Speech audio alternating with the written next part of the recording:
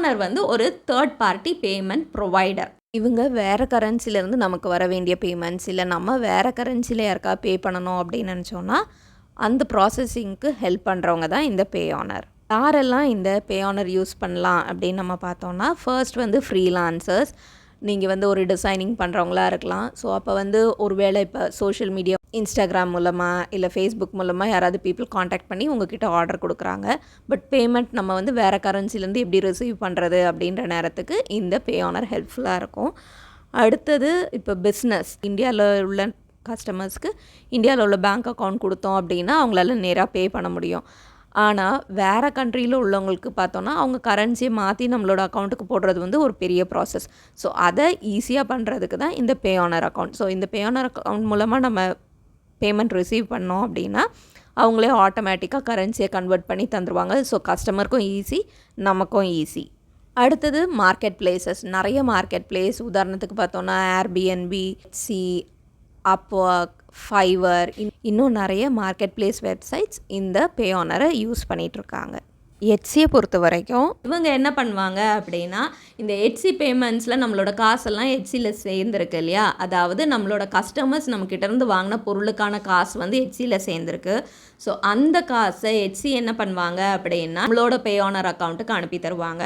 So அந்த அக்கௌண்ட்லேருந்து அதுக்கப்புறமா நம்மளோட பேங்க்குக்கு காசு வரும். இந்த பேஆனர் அக்கௌண்ட் ஓப்பன் பண்ணும்போது நமக்கு வேண்டிய முக்கியமான டீட்டெயில்ஸ் என்னெல்லாம் அப்படின்னு பார்த்தோன்னா, பர்சனல் டீட்டெயில்ஸ், அப்புறம் நம்மளோட ஃபினான்ஷியல் டீட்டெயில்ஸ்.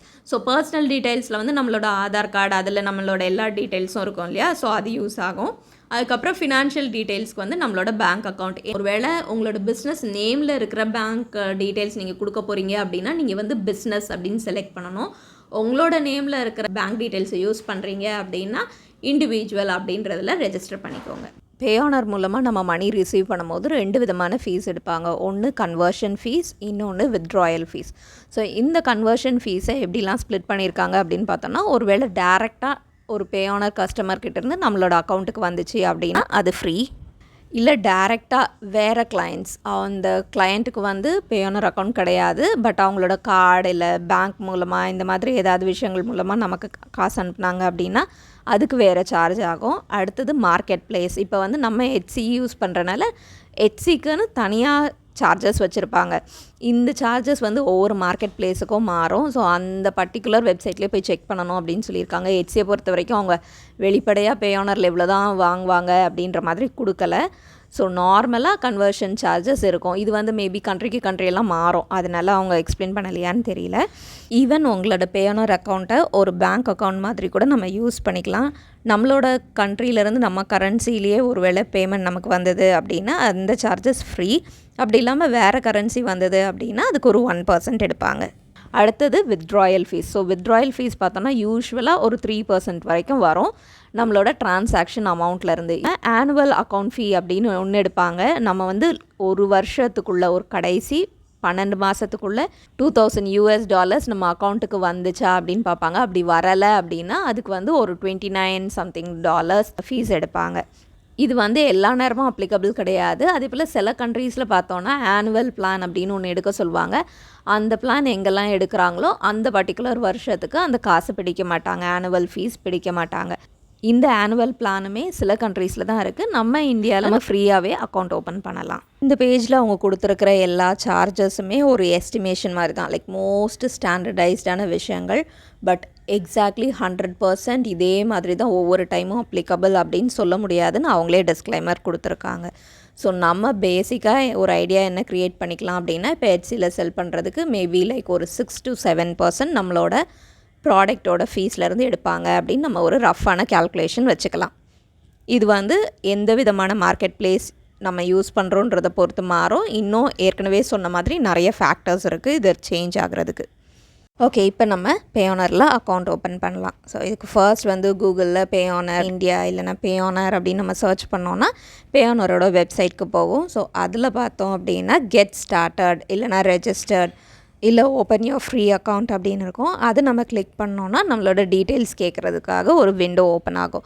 ஸோ இதில் என்ன டீட்டெயில்ஸ்லாம் கேட்பாங்க அப்படின்னு பார்த்தோன்னா நம்ம first name, last name, mobile number, email address, அதுக்கப்புறம் நம்மளோட பிஸ்னஸ்க்குன்னு ஏதாவது நேம் வச்சுருக்கோமா, இது வந்து கம்பல்சரியான ஃபீல்ட் கிடையாது. ஸோ வேணும்னா ஃபில் பண்ணிக்கலாம், இல்லைனா விட்டாலும் பரவாயில்ல. வெப்சைட் அட்ரஸ் கேட்டிருப்பாங்க, இதுவும் உங்களுக்கு வெப்சைட் இல்லைன்னா இது நீங்கள் ஃபில் பண்ண வேண்டாம். அடுத்தது நம்ம கண்ட்ரி, அப்புறம் நம்மளோட பிஸ்னஸுக்கு நம்ம இந்த கிராஸ் பார்டர் டிரான்சாக்ஷன் நடக்க போகுது இல்லையா, இது நம்ம எதுக்காக யூஸ் பண்ணுறோம் அப்படின்னு கேட்டிருப்பாங்க. மணி ரிசீவ் பண்ணுறதுக்கு, இல்லை மணி அனுப்புறதுக்கு, இல்லை 2 டிரான்சாக்ஷனுக்குமே. அதுக்கப்புறம் எனக்கு வேறு எந்த கண்ட்ரியிலேருந்தும் மணி வராது. இந்த மாதிரி 4 ஆப்ஷன் சூஸ் பண்ணலாம்.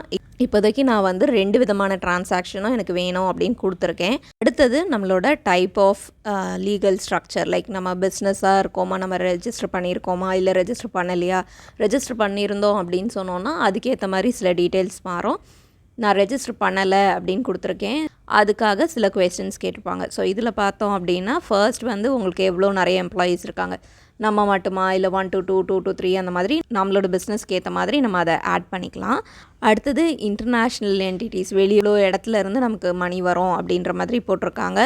நான் இல்லை 1 to 2, 2 to 3 அந்த மாதிரி நிறைய ஆப்ஷன், எது நமக்கு கரெக்டாக இருக்குமோ அது செக் பண்ணிக்கலாம். இப்போ ஹெச்சி மட்டும் யூஸ் பண்ணுறோம் அப்படின்னா 1 to 2 அப்படின்னு நம்ம செலக்ட் பண்ணிக்கலாம். அடுத்தது நமக்கு இந்த கிராஸ் பார்டர் டிரான்சாக்ஷன் எப்படி நடக்கும் அப்படின்னு கேட்டிருக்காங்க. நான் வந்து ஆன்லைன் மார்க்கெட் பிளேஸ் மூலமாக மட்டும்தான் அப்படின்ற ஆப்ஷன் செக் பண்ணேன்.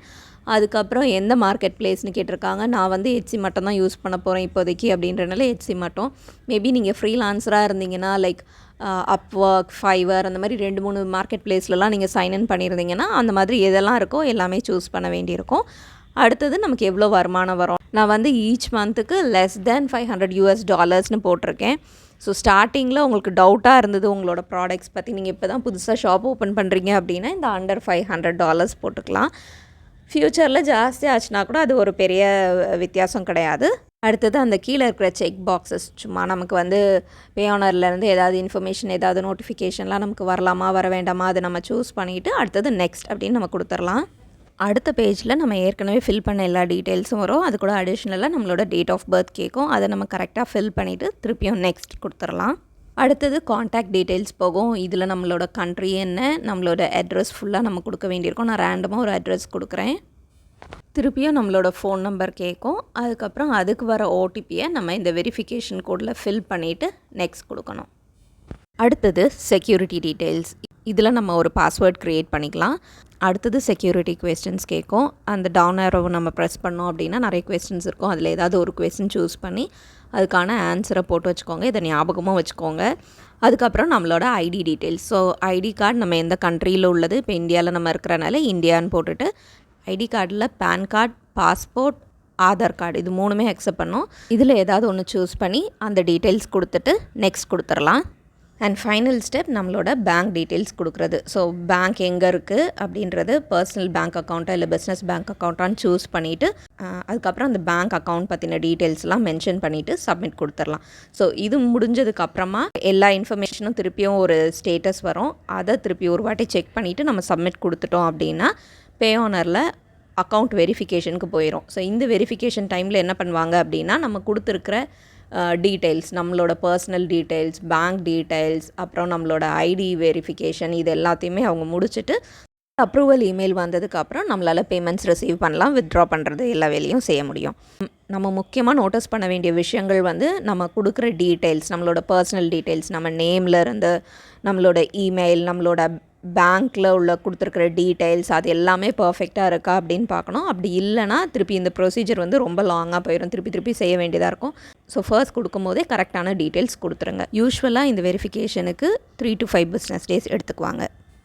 ஒன்ஸ் அப்ரூவ் ஆனதுக்கப்புறமா நம்ம ஹெச்சியிலேருந்து பேமெண்ட்ஸ் ரிசீவ் பண்ண முடியும். அதுக்கப்புறம் தான் ஹெச்சி ஆக்டிவேட் ஆகும். 2 ஆப்ஷன் யூஸ் பண்ணலாம். ஒன்று நம்ம பேஆனர் அக்கௌண்ட்டை ஃபஸ்ட்டு க்ரியேட் பண்ணி முடித்ததுக்கப்புறமா நம்ம ஹெச்சியில் ஷாப் ஓப்பன் பண்ணலாம். இல்லைனா ஹெச்சி ஷாப் ஓப்பன் பண்ணுற நேரமே அங்கேருந்தே டேரெக்டாக நம்மளால் பேஆனர் வெப்சைட்டுக்கு கொண்டு வந்து நம்ம புதுசாக அக்கௌண்ட்டும் க்ரியேட் பண்ணலாம்.